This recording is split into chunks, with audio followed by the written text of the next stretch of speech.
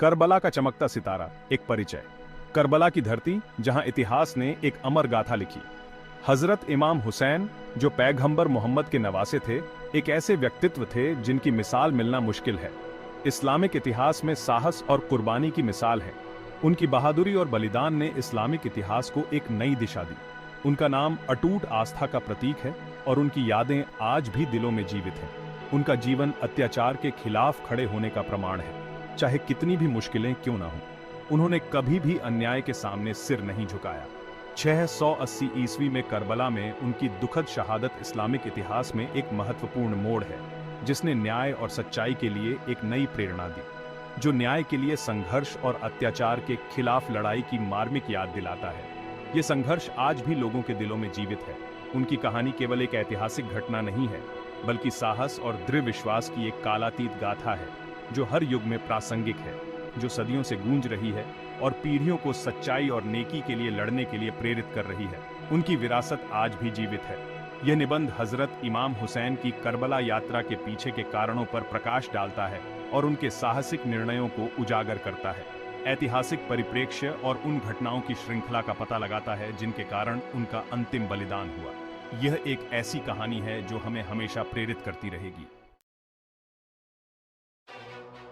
संकट में खलीफा फूट के बीच हजरत इमाम हुसैन की करबला यात्रा को समझने के लिए हमें पहले उस समय के अशांत राजनीतिक परिदृश्य को समझना होगा। पैगंबर मोहम्मद की मृत्यु के बाद इस्लामी समुदाय नेतृत्व के प्रश्न से जूझ रहा था, जिसके कारण खलीफा की स्थापना हुई।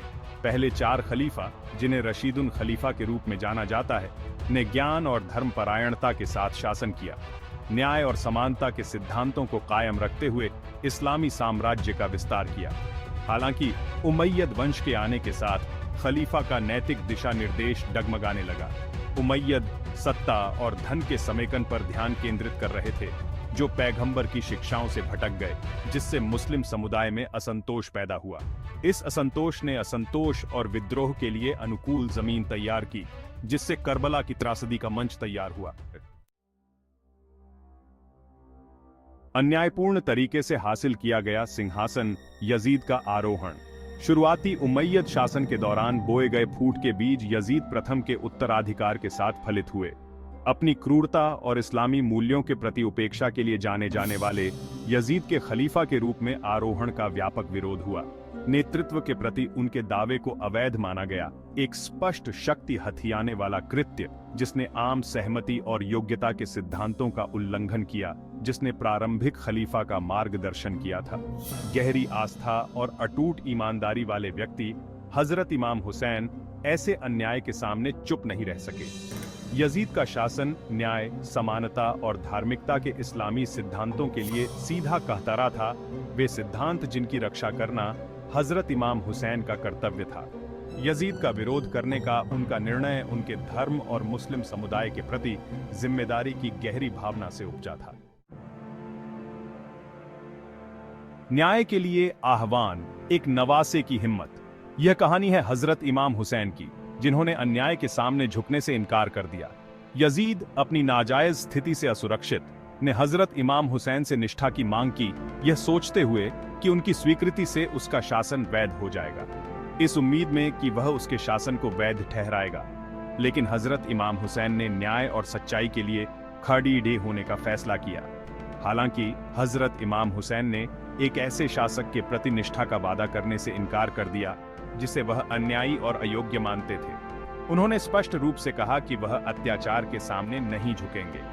उनका इनकार अत्याचार के खिलाफ एक साहसी रुख, उनके अडिग सिद्धांतों और इस्लाम की सच्ची भावना के प्रति उनकी प्रतिबद्धता का प्रमाण था। यह उनके साहस और दृढ़ता का प्रतीक था।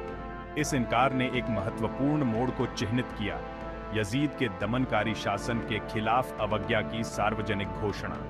यह एक ऐसा क्षण था जिसने इतिहास को बदल दिया। इसमें शामिल जोखिमों को जानते हुए हजरत इमाम हुसैन ने प्रतिरोध का रास्ता चुना, यह जानते हुए कि यह रास्ता कठिन और खतरों से भरा है। इस बात से पूरी तरह वाकिफ थे कि उनके रुख के कारण उन्हें अपनी जान गंवानी पड़ सकती है। फिर भी उन्होंने अपने सिद्धांतों के लिए अपने जीवन को दांव पर लगा दिया। उन्होंने अपने दादा पैगंबर मोहम्मद की विरासत का पालन करना चुना, जो हमेशा सत्य और न्याय के लिए खड़ी रहे। जो उत्पीड़न और अन्याय के खिलाफ डटे रहे। हजरत इमाम हुसैन का यह साहसिक कदम आज भी हमें प्रेरित करता है। भाग 5, सिद्धांतों की यात्रा, मदीना को अलविदा।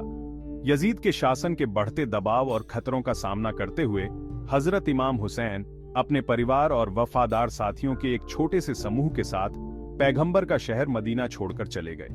यह यात्रा खतरे से भागना नहीं बल्कि एक रणनीतिक वापसी थी, समर्थन जुटाने और यजीद के अत्याचार के खिलाफ मुस्लिम समुदाय के विवेक को जगाने की तलाश थी। अपने घरों और प्रियजनों को पीछे छोड़ते हुए उन्होंने अरब रेगिस्तान में एक जोखिम भरी यात्रा शुरू की। उनका गंतव्य कूफा था, जो इराक का एक शहर था जहां मुसलमानों के एक बड़े समूह ने हजरत इमाम हुसैन के प्रति अपना समर्थन देने का वादा किया था।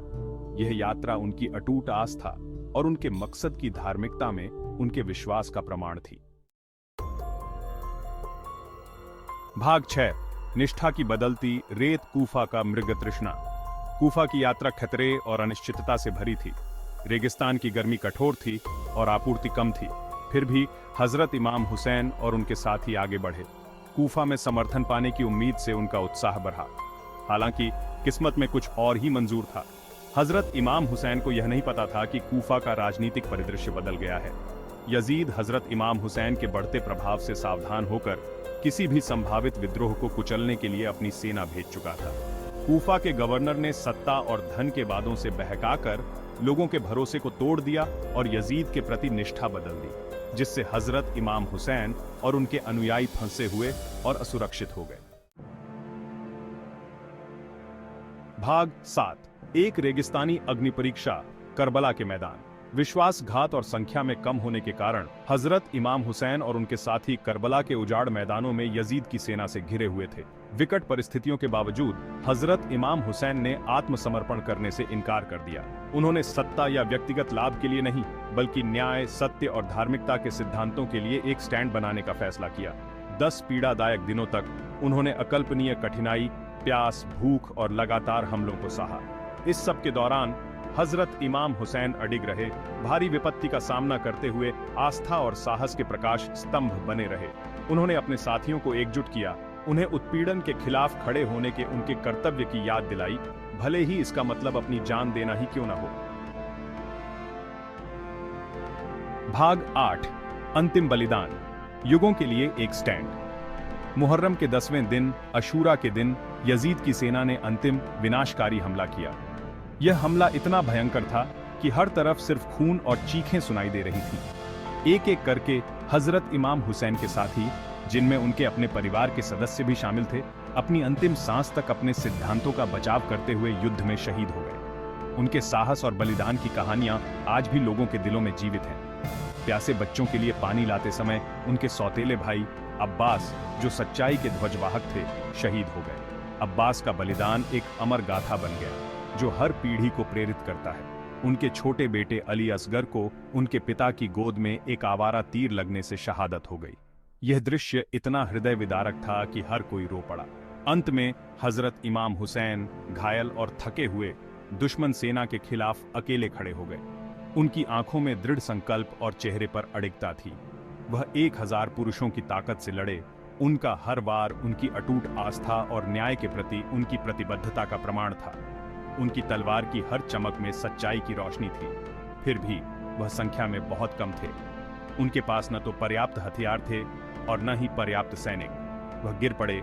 सच्चाई और धार्मिकता के लिए शहीद होकर उनके बलिदान ने इतिहास में अपना नाम अंकित कर लिया।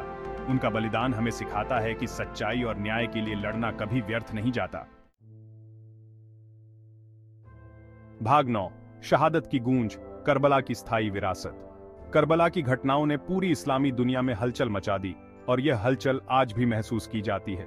हजरत इमाम हुसैन और उनके साथियों का क्रूर नरसंहार, जिसने इतिहास को बदल कर रख दिया, उनके परिवार पर की गई क्रूरता ने आक्रोश और दुख की आग भड़का दी, जो कभी नहीं बुझी। लोग क्रूरता और अन्याय से भयभीत थे और उनके दिलों में गुस्सा भर गया था। शासक वर्ग की नींव पर ही सवाल उठा रहे थे और उनकी सत्ता हिलने लगी थी। करबला अत्याचार के खिलाफ प्रतिरोध का प्रतीक बन गया और यह प्रतिरोध आज भी जारी है, आस्था और बलिदान की शक्ति का प्रमाण, जो कभी कमजोर नहीं पड़ी। इसने उन लोगों के लिए एक रैली का काम किया जो एक न्यायपूर्ण और न्याय संगत समाज के लिए तरस रहे थे, और यह संघर्ष जारी है, इस बात की याद दिलाते हुए कि उत्पीड़न के सामने चुप्पी मिली भगत है और हमें हमेशा आवाज उठानी चाहिए।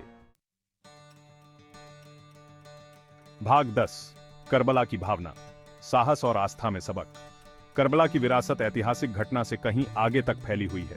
यह सच्चाई और न्याय के लिए खड़े होने के महत्व की एक कालातीत याद दिलाता है, चाहे कितनी भी कठिनाइयां क्यों ना हो। हजरत इमाम हुसैन का बलिदान हमें सिखाता है कि सच्चा साहस सही के लिए लड़ने में है, चाहे व्यक्तिगत कीमत कुछ भी क्यों ना हो। उनकी कहानी धार्मिक और सांस्कृतिक सीमाओं को पार करती है, सभी धर्मों और पृष्ठभूमि के लोगों को अधिक न्यायपूर्ण और दयालु दुनिया के लिए लड़ने के लिए प्रेरित करती है। करबला की भावना आज भी गूंजती रहती है, हमें याद दिलाती है कि उत्पीड़न के खिलाफ लड़ाई जारी है और सच्चाई और न्याय को कायम रखने में हम सभी की भूमिका है।